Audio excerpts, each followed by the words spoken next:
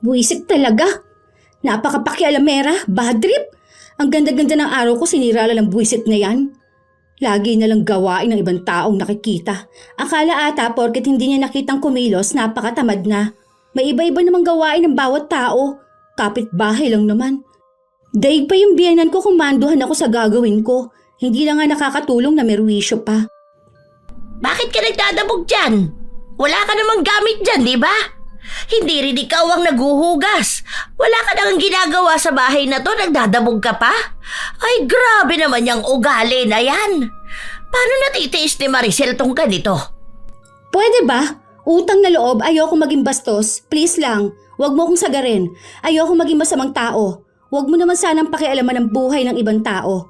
Kung hindi ka naman apektado, wag mong punahin. Isa pa, ilugar mong sarili mo. Tandaan mo, kapitbahay ka lang. Kumare ka lang ni Mama Maricel. Hindi kita nanay, hindi kita lola. Hindi ka nila kaano-ano. Kapitbahay ka lang. May mga tao talagang hindi nabubuo ang kanilang araw kung wala silang napapansing mali sa ibang tao. Kailangan laging may opinyon at komento sa ginagawa nila. Ganon ang ugali ni Waning. Masyado siyang pakialamera lalo na sa buhay ng iba. Ito rin ang magiging dahilan para tamasahin niya ang parusa ng langit. Makakaya niya pa kayang harapin ito o sadyang kahit anong pagsisisi niya ay huli na ang lahat para sa pagbabago. Mars, may bago pala kayong kasama sa bahay? Madalas ko kasing napapansin itong mga nakaraang araw na may dalagang naglalagi dyan sa labasan nyo eh. Yung kasama ng isa mong anak? Girlfriend ng bunso ko. Bagong nobya ng anak mo? Umuwi-uwi pa ba yan sa kanila? Eh, saan ba yun nakatira? Malapit lang ba sa atin? Baka sa inyo hanapin ang magulang niya yan. Hindi, dito na talaga siya titira sa amin. Nagkausap naman na kami ng magulang niya at pumayag na rin naman sila. Nag-iipon na rin naman sila para magpakasal pero uunahin lang talaga muna makagraduate ng college. Ay naku, Mars! Ano na lang ang sasabihin sa inyo ng asawa niyo kapag umuwi siya? Nangungonsinti kayo ng mali. Bakit kayo pumayag na dalhin yan dito ng anak mo? Buntis naman ba kaya ganyan?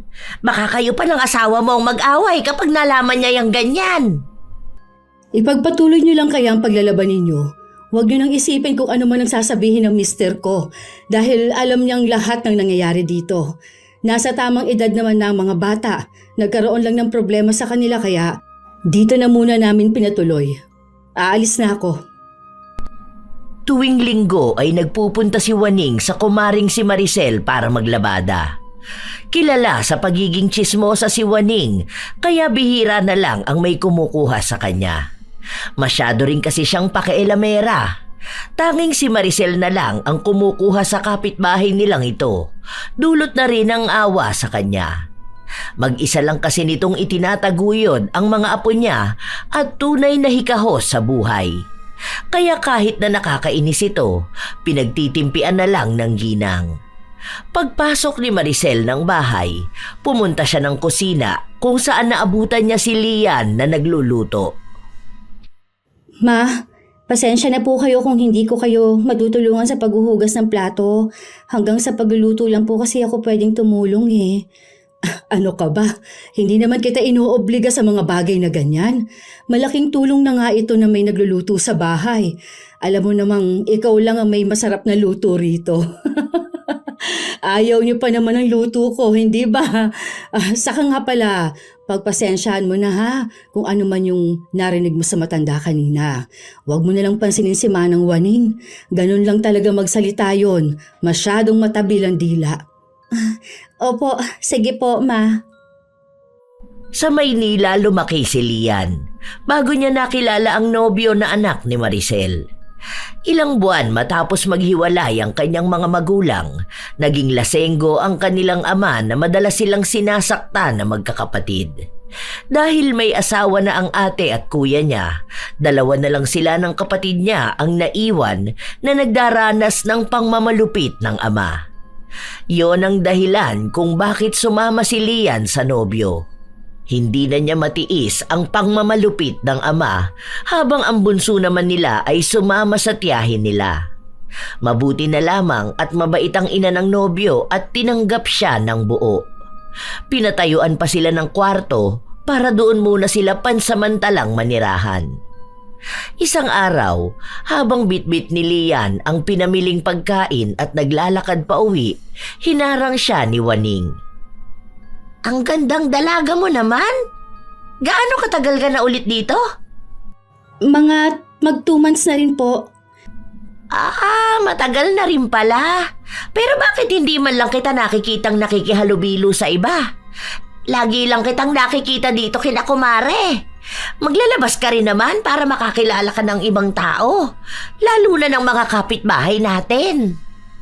Nahihiya po ako makipagkwentuhan sa iba eh. Bago lang din po kasi ako rito.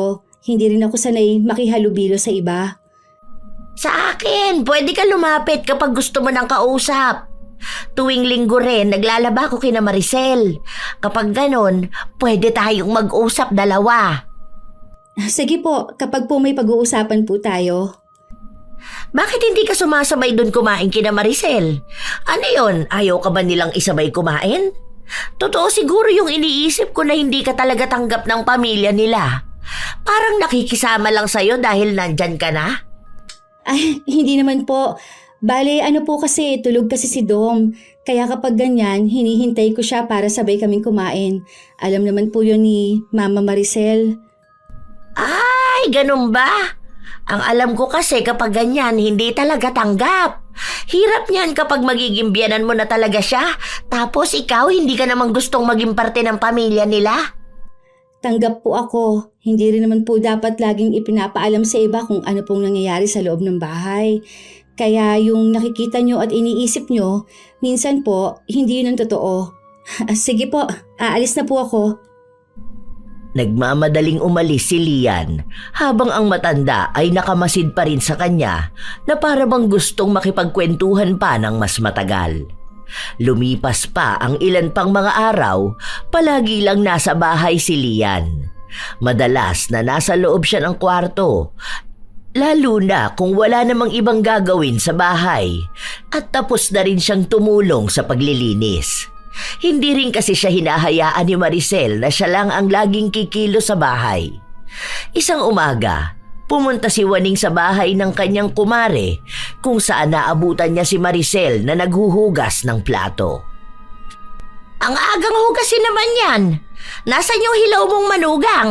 Bakit hindi siya ang paghugasin mo ng plato? Ano ba siya rito sa bahay niyo? Prinsesa? Kami naman ang kumain nito. Hindi naman siya. Isa pa, wala naman akong gagawin kaya akong gumawa. Ay, nasan ba yung manugang mong hilaw? Sakto naman na lumabas si Lian sa kwarto at nagtungo sa kusina. Oy, tamang-tama ang labas mo. Tulungan mo na ang biyanan mo maghugas ng plato. Kunin mo na tong ginagawa niya. Hindi na. Sige na, gawin mo na ang gagawin mo. Ang dali lang naman itong hugasan. Naku, Mars, masasana yan maging tamad kung lagi mong pababayaan na huwag kumilos. Dapat nagpapatulong ka rin paminsan-minsan para sa susunod, sila na ang gagawa dyan. Kung hindi lang ako maglalaba, tutulungan sana kita eh. Dapat naman kasing ang manugang mo na ang kumikilos sa ganyan. Noong kapanahunan ko, pinagsisilbihan ko pa yung magulang ng asawa ko lalo na nung nabubuhay pa sila. Tapos wala namang trabaho yung manugang mong hilaw. Walang perang pinapasok sa bahay nyo. Kaya dapat lang siyang makisama. Nakikitira lang din yan kung tutuusin. Mga anak nyo nga, nagtatrabaho na at nakakapagbigay ng pera sa inyo. Pagtulong lang sa gawaing bahay, ikaw pa rin ba ang sasalo? Ano na lang ba ang mayaambag niyan sa bahay nyo? Mariko, huwag mo namang pangunahan kung paano ko pinapatakbo ang pamilya namin. Kung anong meron sa loob ng bahay, sa amin na lang yon. Labas ka na doon. May kanya-kanya silang gawain at hindi na sila kailangang utusan pa. Alam ko, concern ka pero ang gawain mo lang din dito sa bahay ay maglaba. Yun lang. Hindi ang turuan ako sa pagdedesisyon. Nagpatuloy si Maricel sa kanyang ginagawa. Patuloy din na nagsasalita si Waning pero hindi siya pinansin ng kumare.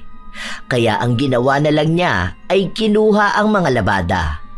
Ilang oras pa ang lumipas hanggang sa sumapit ang tanghali. Nasa kusina si Lian, nagluluto. Pumasok naman sa loob ang kanyang biyenan. Okay ka lang po ba, Ma? Naiinis lang ako. Ang ayoko sa lahat yung pinakikialaman ako sa gawain ko. Masyado na kasing pakialamerang matandang yun. Ang tagal na naming magkasama at yan lagi ang pinagtatalunan namin. Hindi siya marunong makiramdam. Sasabihin niya talaga kung ano yung gusto niyang sabihin, kahit na hindi naman dapat. Masyadong nangihimasok sa bagay na hindi naman kailangan ng pansin niya. Sarili niyang buhay hindi niya ayusin. Bakit hindi niyo po kasi palitan? Marami naman yatang ibang tao dyan na gustong mamasukan sa inyo, Ma. Isang beses lang naman po sa isang linggo. Tapos malaki rin naman ang sahod. Mahirap din kasing papalit-palit. Alam mo na, mahirap magtiwala sa iba. Mapagkakatiwalaan naman yan. Pero yung ugali niya kasi, porket mas matanda siya, parang mas alam na niyang lahat. Madali lang po siyang palitan kung tutuusin. Nasanay lang po talaga kayo sa kanya. Oo, ganun na nga. Kaso nababastosan na ako sa kanya ngayon. Gutom lang din po siguro yan, Ma. Teka po, tapos na rin naman po ako magluto. Gisingin ko na lang din po si Dom para makakain na po tayo. Sandali lang po. Paglabas ni Lian para puntahan ng nobyo, nadaan siya kung saan nagpapahinga sandali si Waning. Tinawag siya nito na mukhang may nakakainis na namang sasabihin. Buti naman lumabas ka na ng kwarto. Tumulong ka naman dun sa biyenan mo. Tumutulong naman po ako. Kaya lang, hindi niyo naman po pwedeng ipagawa sa akin lahat. Kayo po, parang hindi pa kayo nakakalahati sa nilalabahan niyo Baka mamaya abutin na naman kayo ng gabi. Marami na naman kasing pinamiling damit si Selena, kaya heto, marami na naman ang nilalaban ko. Ang dami-dami na nga niyang damit Sige pa rin sa gastos ng pera. Wala naman ako magagawa dahil hindi rin pinagsasabihan ni Maricel ang anak niya. Hinahayaan niya lang din naman na maging maluho. Marunong ka na bang magluto? Magaling ako magluto. Baka gusto mong turuan kita. Para naman may maiambag kang gawain dyan sa inyo. Marunong na po ako. Hindi na po kailangan. Baka naman nahihiya ka lang Marami akong alam na lutuin. Kasi alam ko sa mga ganyang edad sa'yo, mga kulang yan sa karanasan. Lalo na sa henerasyon ngayon. Paano ka nalang tatagalan ng nobyo mo kung hindi ka masarap magluto? Baka maghanap pa yan sa ibang babae. Hindi naman po siya ganun. Saka nung wala pa ako dito, hindi na siya naghanap ng iba. Ngayon pa kayang andito ako? Ay kaya nga sinasabihan kita. Hanggat maaga matuto ka na dapat. Kaysa gumaya ka sa iba dyan. Alam mo bang yang si Maricel? Hindi marunong magluto. Halos pagtawanan pa nga siya ng mga matatanda dito dahil laging umaasa sa mister kahit dati pa. Kung wala siguro ang asawa niya, puro itlog lang ang inuulam nila. Mabuti na lang at nakahanap siya ng magaling magluto. Kaya nga ngayong umalis na yung asawa niya, wala nang nagluluto para sa kanila. Dati-rate kapag may okasyon, ang dalas nilang magpakain. Ngayon, wala na dahil walang marunong sa kanila. Napakaswerte niya lang sa asawa. Ginawa talaga siyang prinsesa. Walang alam na gawaing bahay. Mabuti na lang din umalis asawa niya para matuto man lang sa buhay. Kaso yung mga anak na babae, nagmana sa kanya. Tapos yung nag-iisang lalaki, nag-asawa agad. Hindi pa naman po kami mag-asawa. Hindi pa kayo mag-asawa sa lagay na yan nagsasama na kayo. Isa pa yan, nako. Dapat nagpakasal muna kayo. Kababae mong tao, ang ganda mo pa naman tapos ang aga mong lumandi. Ano na lang ang sasabihin ng ibang tao sa'yo? Hindi ka man lang nahihiya kapag may nagtatanong sa'yo, tapos sasabihin mo, may ka-live-in ka na. 20 years old na po ako. Kung tutuusin, nasa edad na rin po ako para mag-boyfriend. Wala naman pong masamang magkaroon ng boyfriend Siguro naman po, may boyfriend na rin ang iba sa mga apo ninyo. Pero wala sa kanila ang nag-uwi ng nobyo sa bahay ko o kahit ang umalis para makitira sa ibang tao. Ganyan na lang ba ang ipagmamalaki mo sa magulang mo? Bata ka pa kaya pinaaalalahanan kita. Hindi lahat ng matatanda ay bibigyan ka ng payo katulad ko. May gagawin pa po ako. Ilang araw pa ang nakalipas pero napapansin na rin ni Waning na walang pinagbago ang dalaga. Hindi pa rin ito masyadong lumalabas ng bahay o kaya naman ang nagkukusang maglinis ng harapan ng bahay.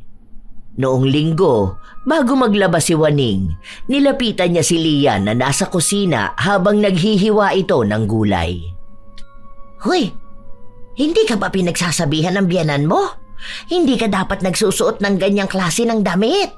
Napagsabihan na rin kita noon nakaraan, di ba?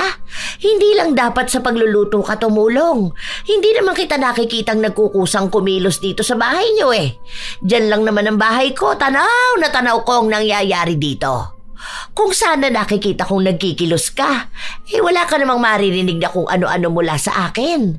Hindi pwede yung ganyang katamaran. Mabait lang talaga si Maricel kaya hindi ka pinagsasabihan. Ang tamad mo na nga kung makapagsuot ka pa, akala mo nagbebenta ka ng katawan. May mali po ba sa suot ko? Nakasando lang naman po ako, saka nasa loob lang naman po ako ng bahay. Abay, sa sobrang iksi niyang pambaba mo, para bang wala kang short. Kulang na lang panty na lang ang suotin mo. Ganyan ka ba talaga, ha? Sa bagay, nag-asawa ka nga pala ng maaga. Isa lang ang ibig sabihin nun. Nandito po kayo sa amin. Malamang po makikita niyo po talaga akong nakaganito. Ano po bang gusto ninyo? Nakapangmadre ako? Sa inis, tinigil na muna ni Lian ang kanyang ginagawa at nagpunta sa kwarto ng kapatid ng nobyo. Ayaw niyang lumabas dahil malamang ay pakikialaman na naman siya ng matanda. Isa yon sa dahilan kung bakit ayaw lumabas ni Lian. Nahuhusgahan na lang siya palagi, lalo na kapag nariyan si Waning. Isang araw, hindi bumisita ang kapitbahay nila sa bahay, kaya malaya siyang nakapagpahinga sa sala. Maya-maya pa ay dumating si Maricel. Marunong ka bang magluto ng maha blanca? Ayoko kasing humingi ng tulong kay Ate Waning.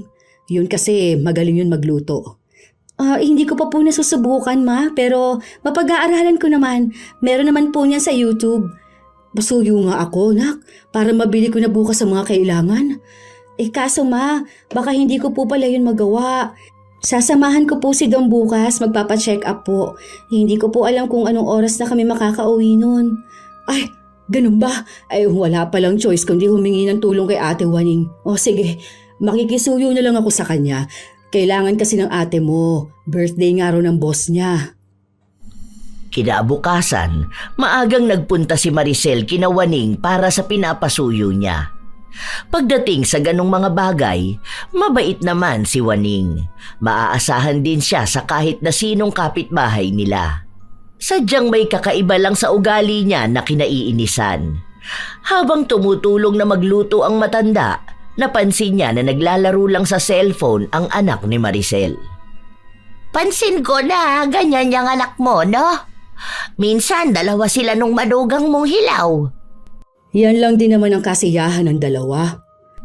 Ganyan din kinaaadi ka ng mga anak ko at apo ko. Ang ingay-ingay pa naman nila kapag naglalaro ng ganyan.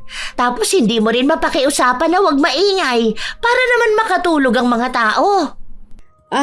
Dito naman sa bahay, may oras kung hanggang kailan lang sila pwede maglaro. Alam mo ba na pinagsabihan ko yung manugang mong hilaw? Ang sabi ko nga tuturuan ko siya magluto para naman may maitulong sa inyo. Kaso mukhang ayaw naman niya.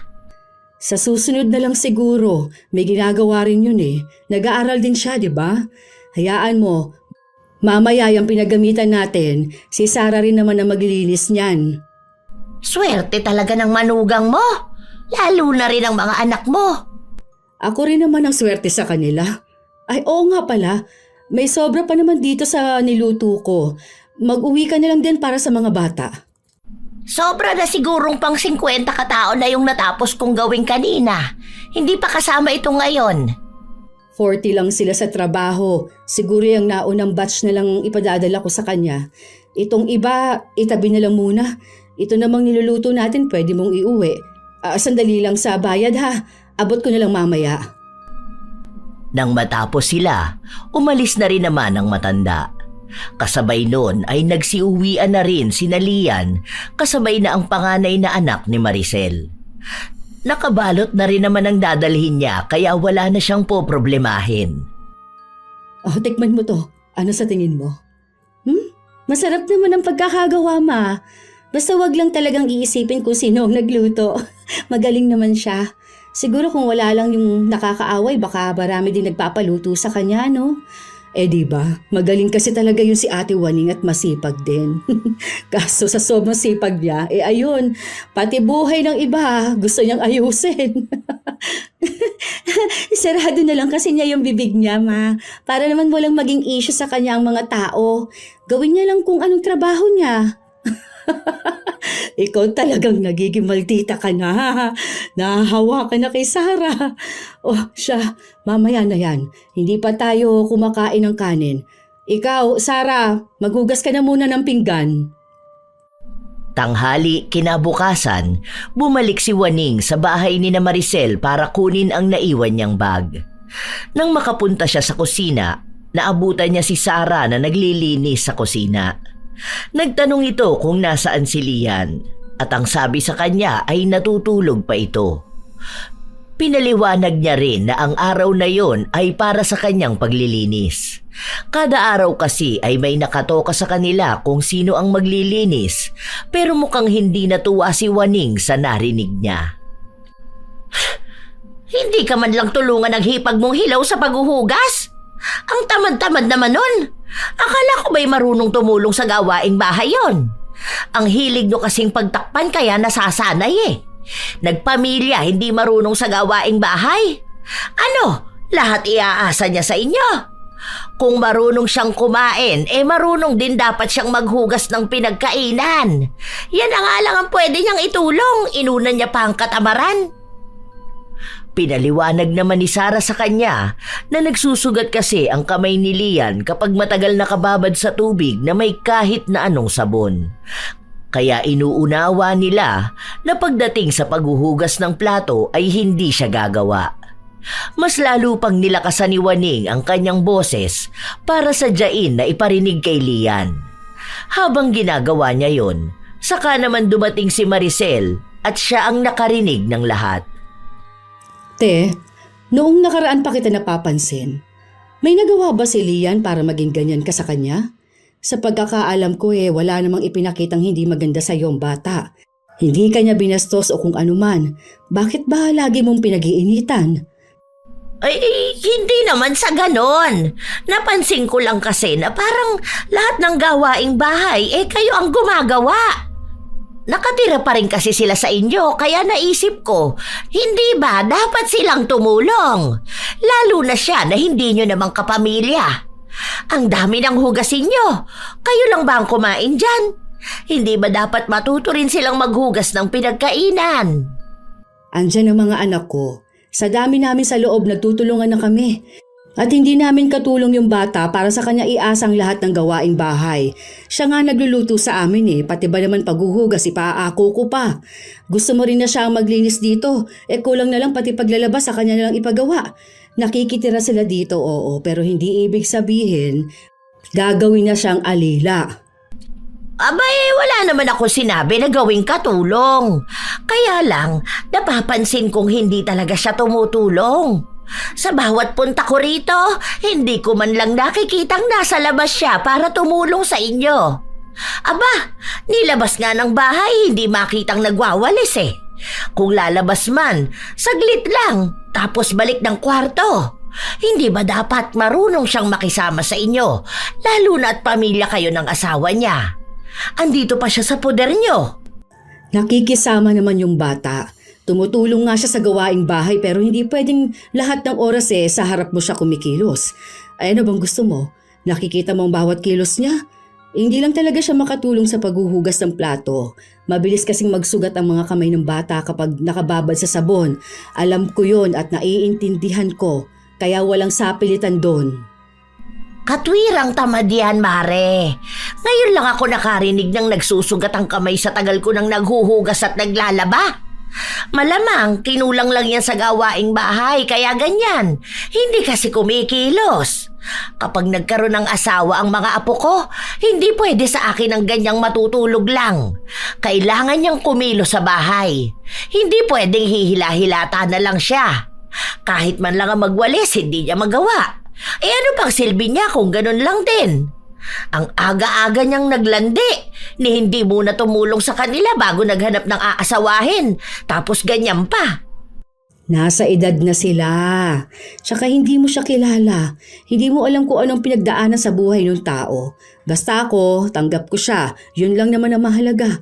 Buhay na namin to kaya wag mo nang pakialaman. Inaalala ko lang kasi kayo. Kasi kayo ang masasagad kung hindi kayo magsasalita. Sagutin niyo pa rin naman sila kaya anong masama kung tutulong sila sa inyo? Na dapat naman talaga responsibilidad nila. Kaya kasi nasamantala ng ibang tao dahil dyan sa kabaitan nyo. Tingin ko rin naman hindi ganun kalaki ang naambag ng anak nyo kasi mababa lang ang pasahod sa probinsya natin. Imposible namang makapagbigay ng malaki ang bunso mo. Lalo na sa fast food lang naman nagtatrabaho. Working student pa. Sa kanila palang dalawa, kukulangin na ang perang kinikita ni Domingo. Bakit parang ikaw pa ang problemado? Hindi ka nakakatulong sa totoo lang. Hayaan mo kami lalo kung tungkol sa pamilya namin. Matagal na tayong magkakilala. Matagal mo na akong labandera. Kahit paano, napalapit na ako sa inyo at hindi nyo maaalis sa akin ang pag-aalala. Ilang taon na tayong magkakilala kaya kahit paano, kilala na kita. Masyado ka kasing mabait para sa lahat ng tao na kahit kayong nahihirapan, pagtitiisan nyo na lang kaysa magsalita. Lahat kayo kumikilos, samantalang yung manugang mong hilaw nakakulong lang doon sa kwarto niya. Parang walang ibang pakialam kundi ang sarili lang. Kung ano man ang gawin niya, hindi niya naman siguro kailangang ipakita sa'yo para aprobahan mo siya. Masama ang pakiramdam ng bata. Baka pwede namang pagpahingahin siya. Hindi mo pwedeng ipaako sa iisang tao ang lahat ng gawaing bahay para lang masabing tumutulong siya. Hindi ko siya tinanggap dito sa pamamahay ko dahil kulang kami sa katulong. Tao ko siyang tinanggap dito, kaya huwag kang gumawa ng ikagugulo namin. Napapagod na akong umawat. Hindi ko rin naman gusto ng gulo, Mare. Gusto ko lang ipaintindi sa kanya na nakatira siya sa inyo. Kung sa ibang bahay lang yan, baka sa kanya na ipinagawa lahat. Kaso sa akin siya nakatira. Gusto ko na itong ganitong tahimik kami. Huwag mo nang pakialaman pa. Please lang, kung wala ka ng ibang sasabihin, umalis ka na. Nang kinagabihan, nagpunta si Maricel sa kusina para kumuha ng tubig. Naabutan niya si Lian na nagpapainit ng pagkain. Masakit ang tiyan nito. Bakit kasi hindi ka lumabas kanina? Ngayon sinusumpong ka na naman ng sakit ng tiyan. Sabi ko naman sa'yo, wag mo nang pansinin yung matanda na yun. Lahat dito pinakikialaman niya talaga. Sino ba naman po kasing hindi mahihiya, ma? Ang lakas din naman po ng boses niya. Rinig talaga ng mga kapitbahay ang mga sinabi niya naghahanap lang yun ng atensyon. Alam mo na, matanda na. Pero napagsabihan ko naman na siya. Naiinis na nga ako sa kanya. Kaunti na lang po talaga papatulan ko na siya. Kaya nga sabi ko sa'yo, hanggat maaari iwasan mo na lang. Pagpasensyahan na lang natin. Kailangan niya ng pagkakakitaan at kailangan din namin ng serbisyo niya. Hindi rin yun nananakit pero masakit lang talaga magsalita. Kaso po nakakapikon pa rin kahit na panay lang siya salita. Panay na lang akong nakikita niya. Ang dami naman sanang ibang kapitbahay dyan. Yun na nga. Kaaway na nga niyang lahat, di ba? Kasi nga pakialamera siya. Ay, ewan ko ba, basta kasi naaawa ako sa kanya. Kapag hindi natin binigyan ng trabaho, kawawa ang pamilya niya, magugutuman talaga. Hindi naman kaya ng konsensya ko kapag ganun. Kahit sabihin ng iba na't ang tanga ko sa sobrang bait ko. Naging kumare niyo pa po. Hindi niyo na kailangan ng kaaway kung may ganun na kayong kakilala. Paano niyo po ba natatagalan yung ugali na ganun? Awa na lang din siguro, iha. Yun na lang talaga. Huwag kasi siya masyadong pakialamera. Tsaka papansin. Magiging okay pa kami. Huwag niya akong pansinin, hindi ko rin siya papansinin. Mahaba lang din talaga ang pasensya ng mga tao rito sa bahay, kaya napagtiyagaan siya. Sige na, kumain ka na muna riyan ha. Babalik na rin ako sa ginagawa ko. Ilang araw pa ang lumipas, hindi na natapos-tapos ang parinigan ni Lian at Waning. Pumapatol na rin kasi ang dalaga dahil sa inis na nararamdaman niya. Nagmamatigas si Lian na ayaw ring magpatalo sa matanda, kaya sa tuwing magpaparinig ito sa dalaga, ay siya namang balik ni Lian ang parinig sa matanda. Isang araw, saktong nasa labasan si Maricel. Habang kausap ni Sarah si Lian sa bakuran, biglang dumating ang matanda kaya pumasok na lang sa kusina si Lian para makaiwas. Pero sumunod sa kanya si Waning na noong una ay hinahanap si Maricel dahil may sasabihin ito. Pero ang napansin ng matanda ay ang paglilinis ni Sarah. Ano? Ikaw lang ba ang tao rito sa inyo? Bakit palaging ikaw na lang ang naaabutan kong naglilinis ng bahay? Anong gawain ng isa? Buhay prinsesa ba? Magkasama lang kayo kapag puro paglalaro sa cellphone. Ay, naku naman. Kapag may kasama ka nga namang tamad sa bahay, ang hirap-hirap. Natigilan sa pagsasalita si Waning matapos na makarinig ng malakas na kalampag. Buwisit talaga. Napakapakialamera. Bad trip. Ganda-ganda ng araw ko, sinira lang ng buwisit na yan. Lagi nilang gawain ng ibang taong nakikita. Akala ata porket hindi niya nakitang kumilos, napakatamad na. May iba-iba namang gawain ng bawat tao. Kapitbahay lang naman, daig pa yung biyanan ko kung maanduhan ako sa gagawin ko. Hindi na nga nakakatulong na merwisyo pa. Bakit ka nagdadabog dyan? Wala ka namang gamit dyan, di ba? Hindi rin ikaw ang naguhugas. Wala ka nang ginagawa sa bahay na to, nagdadabog ka pa? Ay, grabe naman yung ugali na yan. Paano natitiis ni Maricel tong ganito? Pwede ba? Utang na loob. Ayokong maging bastos. Please lang, huwag mo akong sagarin.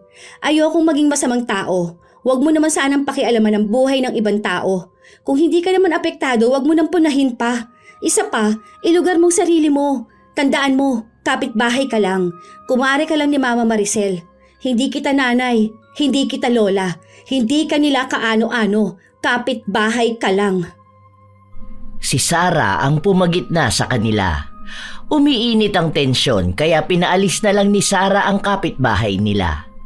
Halata rin naman kay Waning na hindi siya papayag na nabastos siya ng ganun lang. Pagdating ni Maricel, agad namang kinuwento ni Sarah ang nangyaring kaguluhan kanina.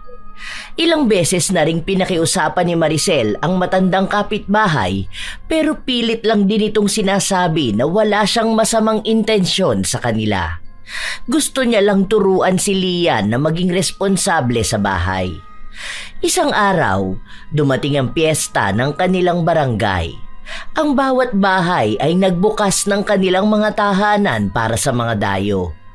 Ilan doon, mga kakilala na rin naman nila. Marami din doon ang naging kaibigan ni Maricel. Oo, yung anak ni Maricel, yung bunso. Kilala mo yon, di ba? Ang bata pa noon pero nag-asawa na. Ayun, kasama nila dyan sa bahay tapos napakatamad. Kung alam nyo lang. Napakaswerte niya talaga na buti na lang na si Maricel ang biyenan niya. Daig pa aswang na ayaw makihalubilo sa ibang tao eh. Kahit na masama ang sinabi ni Waning, sumama pa rin naman siya sa loob ng bahay ng kumare para tumulong sa paghahanda. Tuwing may piyesta sa kanila, sa bahay talaga ni na Maricel ang may pinakamaraming bisita. Nagpupunta rin kasi ang mga kapwa guro niya. Habang tumutulong si Waning sa pagluluto, panay ang pagpaparinig niya kay Lian na dinadaan niya lang sa biro. Dahil doon, pumasok sa loob ng kwarto si Maricel. Inaya niyang lumabas si Lian para ipakilala sa iba. Oo nga pala, si Lian, yung kinakasama ng bunso ko. Graduating student na siya. Teacher din ang kinuha. Mabait ito at masarap din magluto. Hindi naman po ganun kagaling magluto. Sakto lang po. Siya yung kinukwento ko sa inyo. Kasundo niya rin yung mga kapatid ni Domingo. Ang ibang guro ay binibiro pa si Maricel na baka malapit na siyang maging lola. At ang swerte niya rin na maganda at mabait ang napili ng kanyang bunso. Naging magaan ang loob ng dalaga sa kanila, lalo na't wala siyang ibang nakitang panghuhusga. Lumipas ang mga oras na nakihalubilo siya sa ibang tao. Napansin ito ni Waning, kaya nung nakahanap ng pagkakataon ay lumapit ito sa kanya. Mabuti naman at marunong ka nang makihalubilo sa iba. Maganda yan na makilala ka naman ng ibang tao. Hindi lang naman sila Sara ang tao dito sa atin. Atribida talaga. Ayos na po sa akin kahit sina Ate Sara lang ang kakilala ko. Kadalasan kasi puro chismis lang naman din ang dala ng ibang tao. Napakadaming peke pa naman dito. Sa harap mo mabait kapag nakatalikod ka na kung ano-ano na ang sinasabi. Hindi mo naman pwedeng taguan panghabang buhay ang mga ganong tao. Marami rin talaga akong kilalang ganon, lalo na dito sa atin. Buti na lang magaling din akong kumilatis ng tao. Okay, sabi mo eh. Sinabi ko na kasi sa iyong tuturuan kitang magluto. Hindi ka pa nagpaturo sa akin. Eh di sana kahit paano kaya mo nang tumulong kapag ganitong may okasyon. Hindi yung lalabas ka lang kapag natapos na lahat ng gawain. Marami namang ibang kabataan dyan ang pwede mong turuan kung gusto nila. Ayokong mag-aral ng ganyan eh. Marunong naman na ako. Natuto na ako magluto. Bata pa lang ako. Tinatamad ka na namang tumulong. Sinabi ko sa'yo, walang mapupuntahan niyang ginagawa mo. Ako na nga itong nagmamagandang loob at nagpipresenta. Para sa'yo rin naman to eh. Hindi na nga po kailangan. Marami pa akong ginagawa at tinatapos. Si mama nga po hindi ako pinakikialaman eh o pinipilit sa kung ano-anong bagay. Kung ganyan ka ng ganyan, paano ka nalang tatagalan ng nobyo mo? Problema niya na yon kung maghahanap siya ng iba. Pati ba naman ang pagiging kontento niya o hindi? Poproblemahin ko pa? Pati ba naman yung relasyon namin, pakikialaman mo pa? Kapag iniwang ka ng nobyo mo, hindi na ako magtataka, lalo kung ganyan ka mag-isip. Bakit kayo ng asawa niyo? Asan ba siya? Buti natatagalan ka niya. Abay, ang swerte niya na nga sa akin. Ang daming lalaki na nireto sa akin nung kabataan ko. Kaya lang siya ang natipuhan ko. Kaya nga dapat bago kayo nagsama ng nobyo mo, inalam mo muna kung siya na ba talaga ang para sa'yo. Parang inuto ka lang bumigay ka naman agad. Sayang ka talaga. Hindi ko nga alam kung may nangyayari na ba sa inyo kahit na hindi pa naman kayo kasal. Oh, ayan na ang biyenan mo, palapit sa atin. Nasaan na si Ma'am Lorna? Nakita niyo? Hinahanap ko rin po. Baka nakaligtaan ko. Ito kasing kumari niyo, wala pong ibang ginawa kundi ang kausapin ako. Yung anak mo doon, kanina ka pa hinahanap. Hindi na nagsalita pa si Waning. Kusa siyang umalis. Nang makalayo na siya, doon na lang muling nag-usap ang dalawa. Habaan mo na lang ang pasensya mo, ha? Hindi po ba pwedeng ibang tao na lang ang tawagin natin kapag ganitong may okasyon o anuman? Nakaka-bad trip na po kasi na lagi na lang ganyan sa tuwing nagkikita kami. Ako nang napapagod sa nagmamarunong na matandang yun. Siya na ang bida sa lahat. Paulit-ulit na lang lagi. Tapos hindi niya rin nakikita yung mga mali niya. Laging ibang tao ang may mali. Ang hirap din kasing maghanap ng taong mas maayos at mas masarap magluto sa kanya. Kahit ako parang ayoko na rin siyang kunin. Kaso wala Ayoko namang napapahiya kapag may handaan. Lagi pa namang marami nagpupunta sa bahay. Baka isang araw mabalitaan niyo na lang po nakasaksak ako ng tsismosa kapag nagpatuloy pa to. Ang dami-dami naman tao dito kahit isa wala man lang mas maayos maggawa kaysa sa kanya. Hayaan niyo ma. Mag-aaral ako magluto para po sa inyo. Para hindi mo na kailanganing tawagin yung gurang na yun. Buti talaga, natatagalan siya ng asawa niya. Napakamanhid ng bruhang yun. Akala mo naman perpektong mga anak niya. Iniwan nga sa kanya mga apo niya. Kung hindi mo siya dediretsuhin, madalas hindi niya naman talaga alam kung sino bang tinutukoy mo. Tingin mo ba, Bakit walang nag-aaksayang makipagtalo sa kanya kahit halos lahat ng tao dito may galit na sa kanya? Kaya nga sinabihan kita na wag mo nalang bigyan ng pansin dahil ganyan. Ikaw na lang talaga ang mananawa sa kanya. Makapal po kasi ang mukha niya, ma. Masyado kasi mapagmalinis Akala mo perpektong tao. Nakakainis. Paano hindi ko mapapansin nagpapaepal talaga.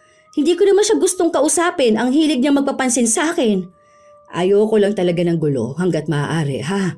Kapag kinausap ka, wag mo kausapin para matigil na rin. Mabuti naman at nautusan mo siyang maghugas. Kung hindi pa siguro natambak ang hugasin, hindi pa siya magtutulong sa paghuhugas, ano? Sabi ko naman sa'yo, tumutulong siya sa amin. Hindi ko na kailangan pang utusan. Naintindihan ko namang tuwing linggo ka lang nandirito kaya hindi mo alam ang nangyayari sa loob ng bahay. Kaya hindi maiiwasang hindi ka alam. Isa pa, sinabi ko naman sa'yo na hindi mo na kailangang bantayan ang bawat kilos ni Lian. Nga pala, pwede ko bang isama itong kapatid ko? Ngayong araw lang na paglalaba ko. Gusto lang kasi ng kausap. Kung hindi lang naman sana bawal. Wala naman akong sinabing bawal. Basta kapag maglalaba lang kayo, walang masama na may kasama ka. Total, babae lang din naman siya para may kakwentuhan ka na rin. Medyo mainit kasi sa amin hindi siya sanay sa mainit. De aircon kasi sila sa kanila, hindi tulad sa atin hanggang hangin lang ng puno. Mahal ang magpa-aircon. Pero ayos lang, malamig naman sa labas, mahangin. Ay naku, sinabi mo pa. Ang mahal ng kuryente namin, kaya nga lagi akong nasa labas lang. Para makatipid na rin ba?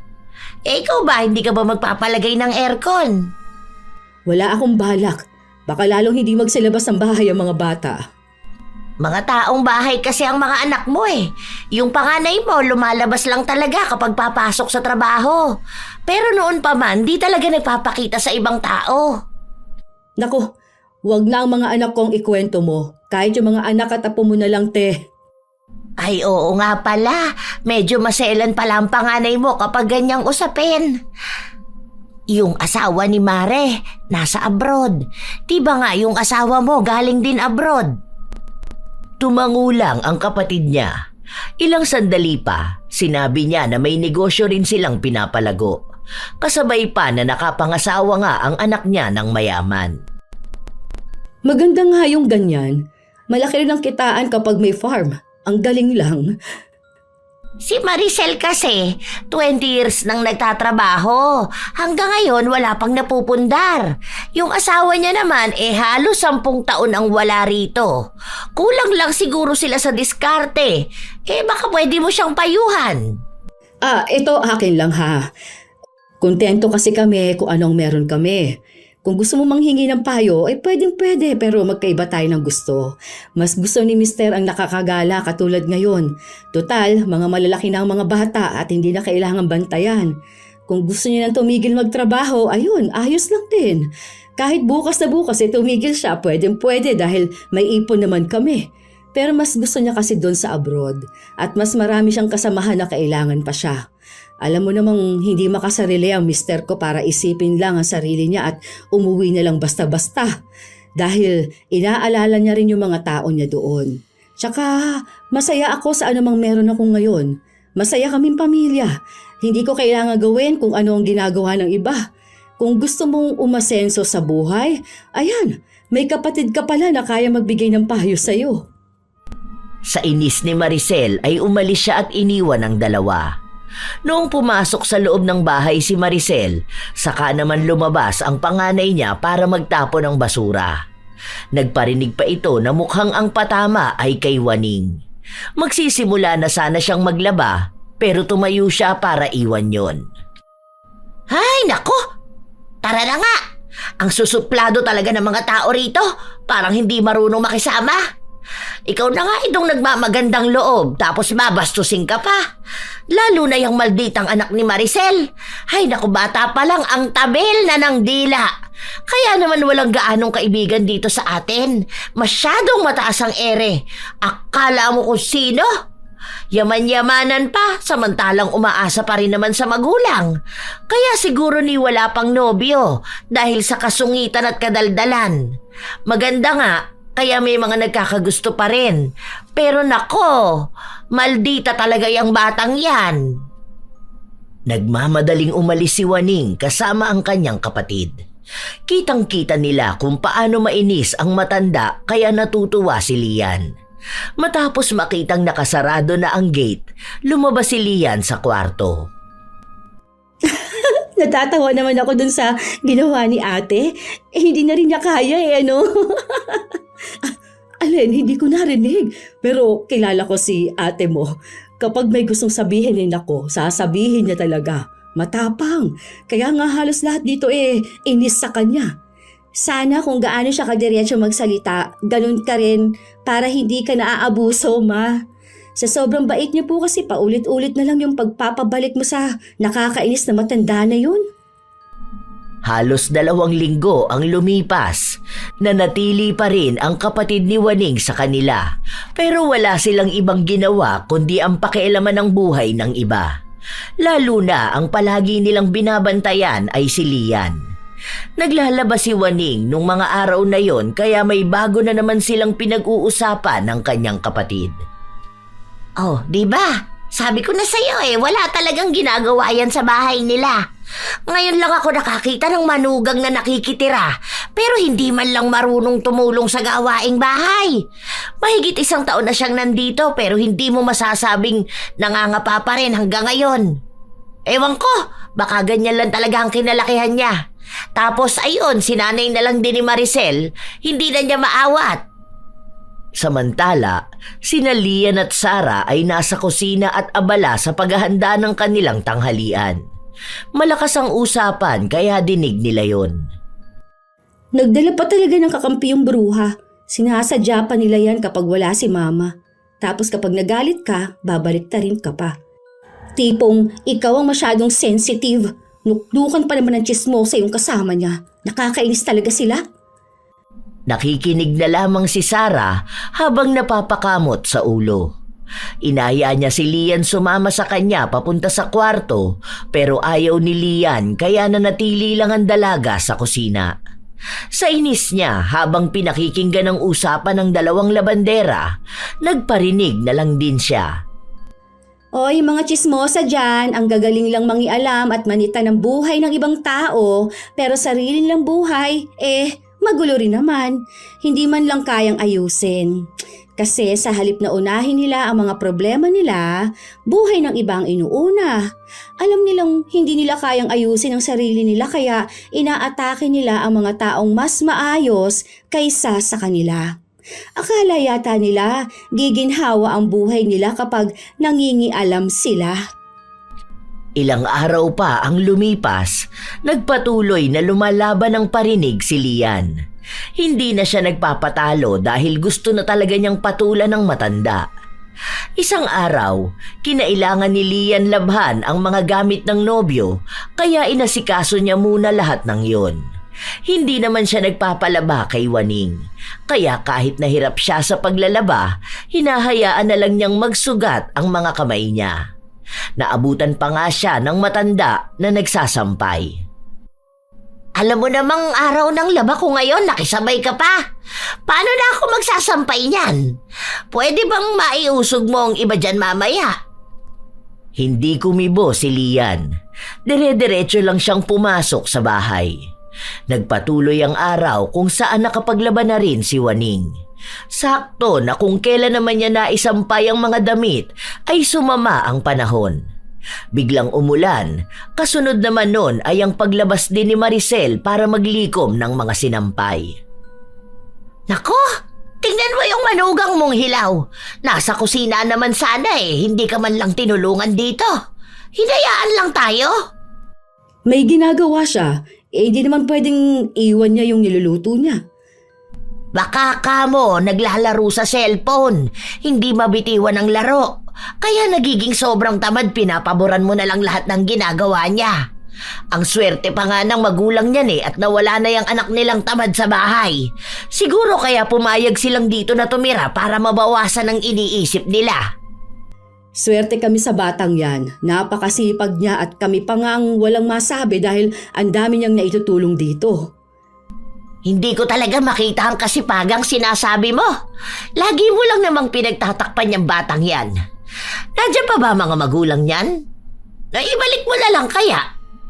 Ano bang sinasabi mo? Masaya kaming kasama si Lian. Wala na rin naman siyang mauuwian dahil hiwalay na ang mga magulang niya. Sila magkakapatid na lang ang magkasama. Kaya nga bilib ako sa kanila eh. Kahit gano'n na sitwasyon, hindi nila iniiwan ang isa't isa. Pero ngayon kasi, may kanya-kanya na silang buhay. Kaya pala ganyan. Wala kasing magulang. Siguro kaya iniwan ng mga magulang niya dahil sa ugali niya. Lagi kasing nakakulong sa kwarto. Hindi lumalabas.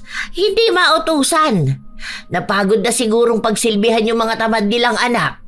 Sa bagay, anong klaseng mga anak ba meron sila? Nakakasawa. Mabuti na lang at tama ang desisyon nilang maghiwalay. Galit na si Lian nung mga sandali na yon. Paglabas niya ng kusina, naabutan niya si Waning na nagpupunas ng katawan. Gusto niyang pigilan ang sarili pero hindi niya talaga kaya. Ano ba talaga ang problema mo sa akin ha? Sobra kang pakialamere eh. Akala mo alam mong lahat? Wala ka bang ibang magawa? Lagi ka na lang dito para manira at manggulo ng araw ng ibang tao. Masaya ka ba na nakakapag-init ka ng ulo? Nakakainis ka eh.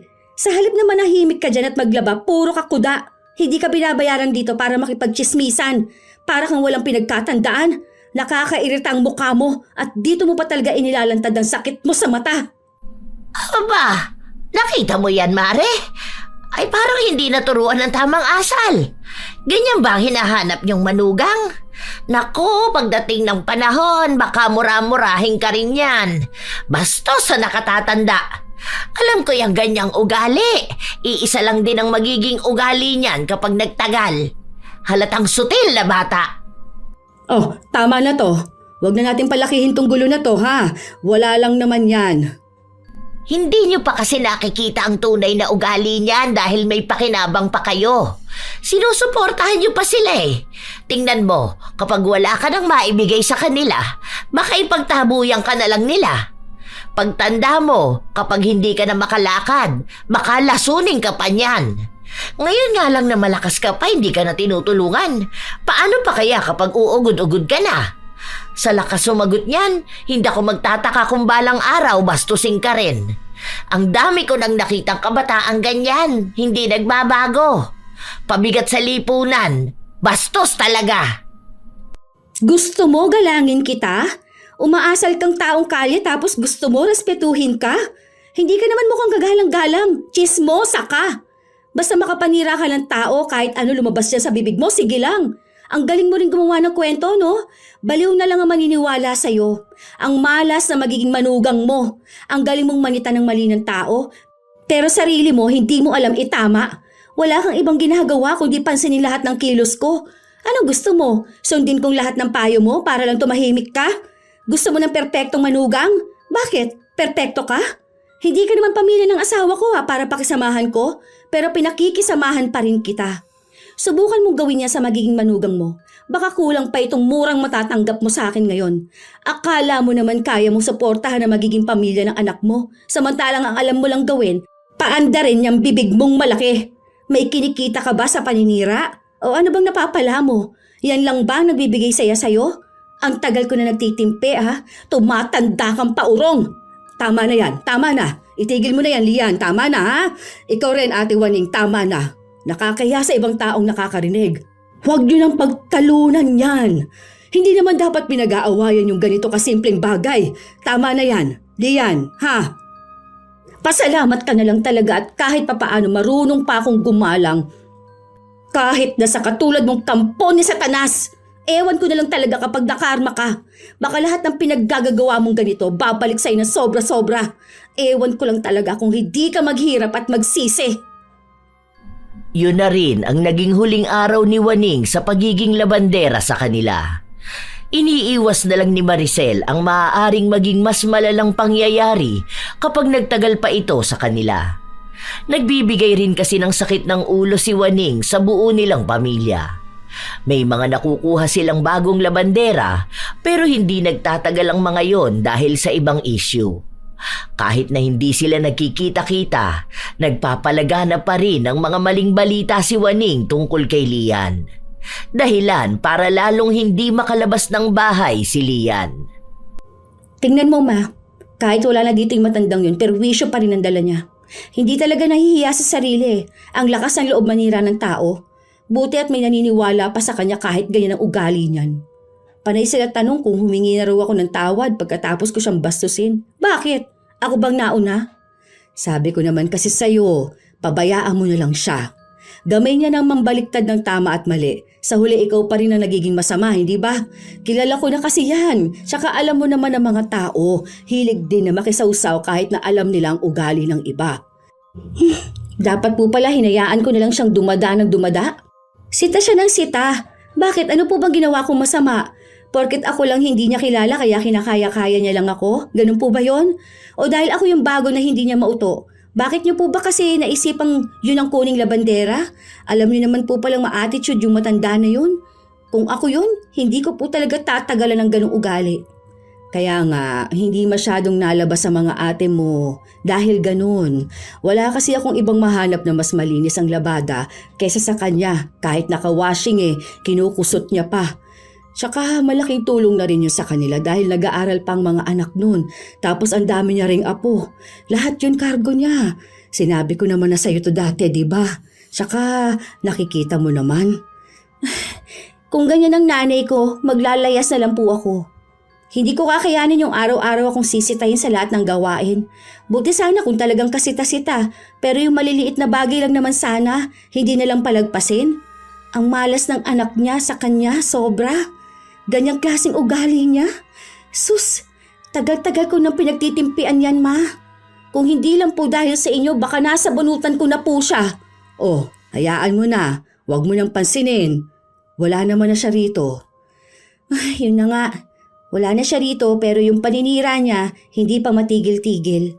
Ang init-init ng mata niya sa akin para namang ikauunlad niya kapag nasira ang pangalan ko.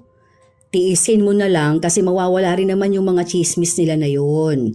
Wala lang talaga magawa ang ibang tao. Sana nga po matapos na, ma. Nakaka-stress po, sa totoo lang. Kung pagtutuunan mo siya lagi ng pansin, ikaw lang rin ang kawawa. Isipin mo na lang na kaya ganun siya magpapansin dahil hindi niya makuha sa bahay nila yung pansin na gusto niya. Yung panganay niyan kasi nakipagtanan din noon. Kaya nga nagkaroon siya agad ng apo. Tapos yung isa niya pang anak ganun din. Tapos ngayon wala na. Hindi na umuuwi. Hindi niya alam kung nasaan na ba. Kaya siguro naiinis sa'yo. Siguro mga 1 taon na rin hindi nagpapakita yung panganay niya. Lalaki naman yon pero parang ang daming panganay. Kung ako naman ang nasa sitwasyon niya, ma, mas lalo akong hindi lalabas ng kwarto. Mahihiya pa nga. Pero kahit anong sabihin mo, ma, walang dahilan para manira siya ng ibang tao. Napakamalas ko rin kung siya magiging nanay ko. Mas kontento na ako sa mga magulang ko. Kahit na ganun ang buhay ko noon, mas maayos pa. Kesa naman na makisama sa ganung ugali ng tao. Kumare mo kasi siya, may. Tapos maawain ka. Kaya iniintindi mo talaga siya. Wala rin siyang masabi patungkol sa'yo dahil may naitutulong ka sa kanya. Pero po ako, ganun, ma. Hindi ko po kaya yung tatag ninyo at pag-unawa ninyo sa ibang tao. Pasensya na po kayo, ha? Hindi ko kasi talaga kaya yung ako lang lagi ang sinisisi kahit hindi naman niya ako kilala. Buti sana kung naging masama ako sa kanya noon. Ipapabarangay ko na lang siya kapag hindi pa siya tumahimik talaga. Baka nga kaya iniwan siya ng anak niya dahil ganyan siya.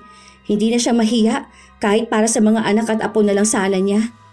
Isipin niya rin naman po mga tao sa paligid niya. Hindi po yung nagiging makasarili siyang masyado. Oo na, sige na, hayaan mo na. Mag-aral ka na lang muna dyan. Ako na lang rin ang kakausap sa kanya kung sakali man. Ilang linggo ring nanahimik si Waning matapos siyang kausapin ng masinsinan ni Maricel. Unti-unti ring nakalimutan ng mga tao ang usap-usapan tungkol kay Lian. Ngunit makalipas ang ilang buwan, may kumalat na balita tungkol sa bunsong anak ni Waning. May inuwi kasi itong babae. Mas bata pa ang edad kay Lian. Ang sabi, kinakasama na raw ito ng bunso ni Waning dahil buntis na ang babae. Nagkagulo pa nga sa bahay nila pero di kalaunan ay tinanggap din ni Waning ang nangyari. Wala pang trabaho, walang ipon. Dapat parehas na nag-aaral ang dalawa pero mas inuna nila ang tawag ng laman. Pinalayas ang babae sa kanila kaya inuwi na lang ng anak ni Waning. Nagkaroon ng panibagong kargo si Waning. Isang araw, habang naglalakad si Maricel, nasa lubong niya ang matanda. Para bang mas lalong nangulubot ang balat nito at pumayat ng husto. Kung susumahin, para bang 10 taon agad ang itinanda nito dahil sa dami ng problemang bitbit niya. Alam ko kung bakit pinaalis niyo ako bilang labandera. Pero sana naman matulungan mo ko, Mare. Hirap na ako ngayon Kasi hindi ko alam paano ko nabubuhayin ang pamilya namin. Yung mga apo ko, sagot ko na. Tapos madadagdagan pa nga. Si Mister, alam mo naman na yung sahod niya sapat lang sa mga bata. Pangkain lang yun. Paano pa yung mga nag-aaral, di ba? May nagtatrabaho naman na sa mga anak ko, kaso ayun naman, may kanya-kanya rin silang buhay. Hindi ako makahanap ng trabaho, kaya sa'yo ako lalapit. Sige, titignan ko. Pag-uusapan muna namin ito. Bakit naman kasi ganun ang ginawa ng bunso mo? Akala ko ba'y maayos yung nag-aaral? Nakadorm pa nga yun, di ba? Tapos bigla na lang umuwi na may babae na. Ayun, nabuntis ang kaibigan niya. Ayaw tanggapin ng magulang yung bata dahil mahirap na daw sila magdadagdag palamunin pa. Ngayon, nasa amin sila, kaya lang, kailangan namin ng pera para sa panganganak ng babae. Wala namang kaming ipon. Nagbahay-bahay na rin ako kung sakali na may gusto ng labandera. Kaso ayun nga, yung iba ayaw na. Ikaw na lang din yung kilala ko. 18 naman na ang bunso mo, hindi ba? Bakit hindi siya maghanap ng trabaho para may pantustos naman siya? Bumuo na siya ng pamilya Dapat alam na niya ang responsibilidad niya. Naghahanap pa lang ng trabaho. Hindi rin namin sigurado kung magkakasya ang sasahurin niya para nga sa panganganak nung kinakasama niya. Maselan kasi ang pagbubuntis ng babae. Basta ang daming kailangan. Kasi nga, bata pa lang nabuntis na. Dami naming problema ngayon. Ako, lalo na talaga sa pera. Wala naman ibang tutulong sa akin. Humingi na ako ng tulong sa kapatid ko kaso wala rin namang maibigay. Kaya dapat doble kayod ako. Sige, pumunta ka sa bahay sa linggo. Ako na lang munang kakausap sa mga bata tungkol dito. Pasabi na rin kay Lian na pagpasensyahan niya ako ha. Masyado ako naging pakialamera kaya nagalit siya ng sobra sa akin. Kasalanan ko rin naman talaga yun. Hindi lang naman dahil doon kaya siya nagalit. Marami talaga kayong nagawa. Pero sana kung babalik ulit kayo sa amin, wag na lang sana maulit yung awayan ha. Kung hindi rin naman hihingi ng opinyon ninyo, wag na kayong magsasalita. Yun din sana yung klase ng ugali na baguhin ninyo. Kasi sa totoo lang ha, mahirap talaga kapag ang dami mong nakakaaway dahil sa pagiging pakialamera mo. Umuwi na si Maricel kung saan kinausap niya ang mga anak niya patungkol sa pagtulong nila kay Waning. Hindi sila kumbinsido sa desisyon ni Maricel pero mukhang wala rin naman silang magagawa sa kabutihan ng ginang.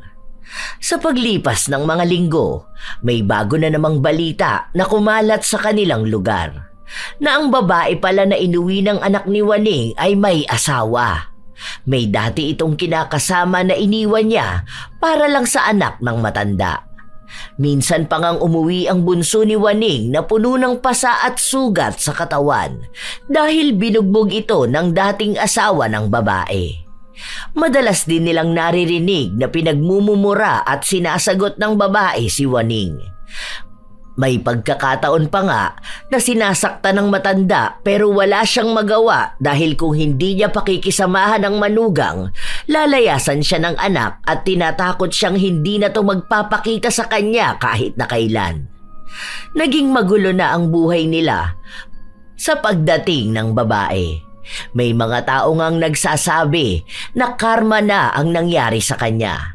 Dahil madalas siyang nakikialam sa desisyon ng ibang tao, samantala ngayon ay hindi na niya mapakialaman ang desisyon ng anak. Habang naglalabas siya sa bahay ni na Maricel, lumapit si Lian sa biyenan. Hanggang kailan po siya rito sa atin, Ma? Ewan ko. Pero sabi niya hanggang sa mga nakamanugang niya. Ewan ko rin eh. Awang-awa na ako sa kanya. Ang tanda na kaya niya tapos madalas nang manakit ang balakang niya. Tapos malalaman ko minamaltrato pa siya ng babae ng anak niya. Kawawa nga talaga siya. Ang sabi niya sa akin ayaw niya ng manugang na gaya ko. Tapos ngayon nuknukan ng tamad yung napunta sa kanya. Pero hindi niya naman masita. Dapat kung paano niya ako pakialaman noon, ganun din niya pakialaman yung manugang niya. Kasama niya sa iisang bahay, siya lang rin ang bumubuhay. Yan ang mahirap kapag pinapangunahan ng salita. Mali nga yun. Tsaka ngayon, nakikita kong alam na niya kung ano yung mali na nagawa niya. Alam ko rin na kahit sa akin, may nasasabi siya. Pero konsensya niya na yun. Bahala ng karma sa ginagawa niya. Alam mo, nakikita ko na takot na siya kahit sa ibang tao. Dahil alam niya kung ano yung mga maling ginawa niya. Nakiusap siya sa akin na kung pwede siyang bumalik. Ako naman na awang-awa sa kanya. Ayun, kinuha ko ulit. Kita naman sa kanya eh. Ang laki ng ibinagsak ng katawan niya. Isinantabi na lang din ni Lian ang sama ng loob sa matanda dahil tunay naman na nakikita niyang nakakaawa ito. Maging siya kasi, naririnig niya kung paano murahin ng babae si Waning. Tapos wala pa itong ibang magawa. Hindi maipagtanggol ang sarili. Nakita rin naman nila na hindi na pala salita si Waning. Kahit na may nakikita siya na dating sinisita niya, ngayon naman ay hindi na niya pinapansin. Mukhang ang inaalala na lang ng utak niya ay ang sarili niyang problema at hindi ang sa iba. Isang beses pa, naabutan ni Waning si Maricel na nagpapahangin sa labas. Narinig ko na parang nagtalo kayo ng dalaga mo. Oo, ganun lang naman yun. Pero okay naman na kami. Napagalitan ko kasi. Pero tinanggap naman niya yung mali niya. Pero alam mo, swerte ka nga dyan sa dalaga mo. Swerte ka sa mga anak mo kasi minsan kahit na nagkakatampuhan kayo, hindi naman tumatagal. Nagkakabati rin kayo. Samantalang mga anak ko, sinisigawan ako. Ngayon nga, pati manugang ko napakagaling sumagot sa akin. Hindi na nga rin siya tumutulong sa gawaing bahay dahil daw hindi niya kaya kasi nga, buntis. Prinsesa nga sa bahay, grabe. Ako na ang kumikilos talaga sa lahat. Tapos madalas na ako pa ang masama. Hindi ko talaga mapalayas. Parang kinain mo yung sinabi mo noon kay Lian ha. Tanda ko pa, ang sabi mo kapag ganyan na manugang mo sa kanya, nasaktan mo na at talagang wala na sa poder mo. Oy kaso eto, sinubok ka nga ng mas malala pa. Kaso, iba naman yung ginawa mo. Yun na nga eh. Karma na lang talaga. Napakalala nung ibinigay na manugang sa akin. Hindi talaga maisip kung gaano kasama ang pag-uugali. Totoo pala talaga na mahirap makahanap ng matinong manugang. Yung sa nanay kasi ng mga apo ko, hindi ko naman nakasama. Pinag-iiwan ba naman ng mga anak ko eh? Sadyang minalas ka lang sa manugang. Parang pinaranas yung bagay na ayaw mo. Karma na nga talaga to. Tanggap ko na. Wala naman na akong magagawa. Sa sobrang selan at kapipili ko ng manugang, napunta sa akin yung may pangit na ugali. Baka nag-reflect din yun sa ugali na meron ako. Sa totoo lang, sising-sisi talaga ako sa nangyari sa akin. Kung naging mabuti lang siguro ko, yung inayos ko talaga yung pagpapalaki sa mga anak ko at nag-focus ako sa pag-ayos ng pamilya namin, baka hindi ganito. Kaso, ang haba ng panahon na buhay ng ibang tao ang inatupag ko. Kaya yan, binalikan ba naman ang karma? Kausapin mo na lang kaya ng maigi ang manugang mo. Total bahay niyo naman ang tinitirhan nila. Naku, Mare. Sana nga kasing bait yun ni Lian na nakikinig. Kaso hindi. Halos isang linggo ang lumipas, hindi nagpapakita si Waning. Hindi rin siya nakapaglaba kaya sinadya na lang ni Maricel na puntahan ito sa kanilang bahay. Nagulat pa siya nung makitang nakaupo lang ang matanda habang may benda sa paa. Oh, ano nangyari sa'yo? Ayos ka lang ba? Kaya pala hindi ka nakapaglabas sa bahay, may nangyari pala sa'yo. Pasensya ka na, Mare. Mukhang hindi yata ako makakapaglabada sa inyo. Hindi ko alam kung kailan ulit eh. Kailangan kasing hintayin maghilom tong sugat ko. Baka ma-impeksyon pa. Ano ba kasi nangyari dyan? Napagsabihan ko yung manugang ko. Tapos ayun, nagtalo-talo na sila rito sa bahay. Habang nagtatalo sila, ayun, naitulak ako tapos tumama ako dyan. Yan o, sa nakausling kawayan. Natusok talaga tong binti ko. Dinala ko sa ospital. Muntikan pa nga ako mahimatay kasi ang daming dugo. Tinahipa ka mo ito. Oo, anong sabi ng anak mo? Imbis nga na humingi ng pasensya, ayun, sa akin pa isinisi ang lahat. Si Mister ang nagalit. Pinapabukod na nga yung dalawa. Gagawa na lang sila ng bahay dyan sa kabila. Pero syempre, sagot pa rin namin kasi wala naman silang pera eh. Ano ba naman yun? Ay, pero sige, magpagaling ka na lang. May trabaho ka pa rin namang babalikan. Sana maging maayos ka na. Maraming salamat sa tulong mo, ha? Ikaw lang talagang nakakaintindi sa akin. Sorry talaga. Pasensya na sa mga nagawa ko noon. Sa pagiging pakialamera ko. Dahil sa pangit kong ugali, kahit kamag-anak ko hindi na tumutulong sa akin. Pasensya ka na talaga. Sana pagpasensyahan din ako ni Lian. Hindi ako makahingi ng tawad sa kanya dahil umiiwas siya sa akin. At naiintindihan ko naman siya kung bakit niya yun ginagawa. Pero sana nga dumating ang araw na makita ng mga tao ang pagbabago ko. Ang hirap kasi ng ganito.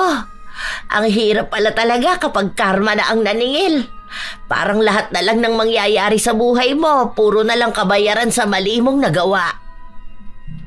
Matapos ang araw na yon, lalo pang naging magulo ang buhay ni Waning. Nag-aaway sila ng anak niya. Minsan nagkakasakitan pa sila ng manugang niya. Siya na ang nagiging tampulan ng mali-maling balita. Siya na ang pinakikialaman ng manugang niya at wala na siyang iba pang magawa kundi ang umiyak. Mabuti na lang mabait si Maricel at ang pamilya nito kaya may nakukuhanan pa siya ng kabuhayan niya. Napatawad na rin naman siya ni Lian pero hindi na talaga sila nag-uusap pa. Hindi na rin niya pinakikialaman kung ano ang ginagawa nila o anuman ang desisyon na ginagawa niya. Mas pinagdarasal pa nga ni Waning na sana katulad na lang ni Lian ang naging manugang niya. Naghahangad kasi siya ng sobra.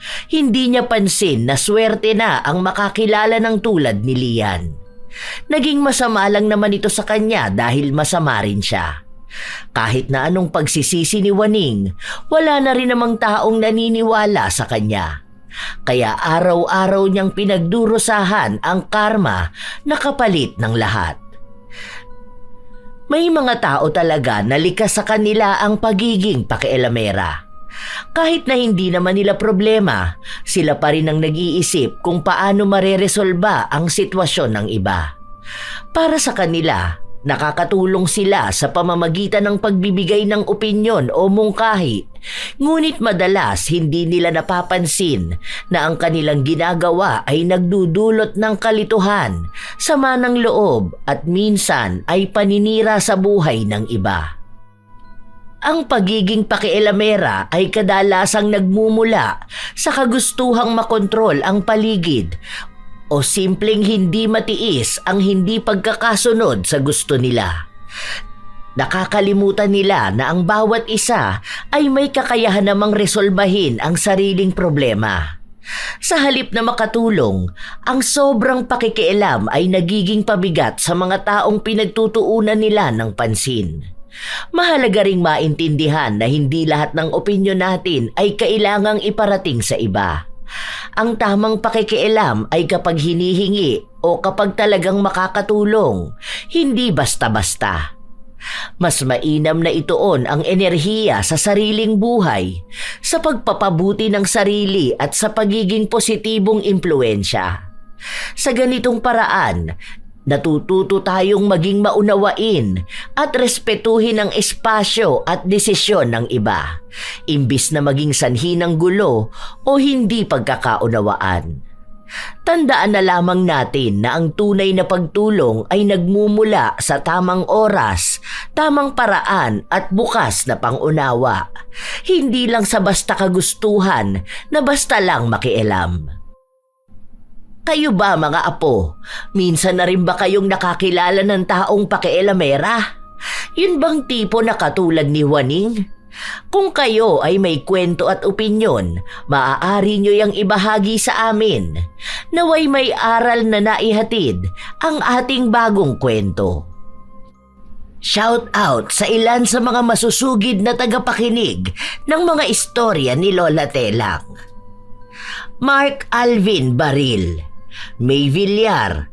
Shout out din sa kanyang mga kaibigan sa Laguna na si Maria Diana Gonzalez, Laika Eunice Ustaris, Luigi Querijero, Jaber Matthew Belisario, Tita G Vlog, Stella Cabral da Silva, Inday Sumailo, Ruben Granada, Renz Coronacion ng Andox SPC1, Menelen Bantillo, Sara Sahorda, Delia Alyon, Nenita Lozada, Adventures of Quezonian, Madam Ilay, Tutsirol, Makahig Ishi Raqueza.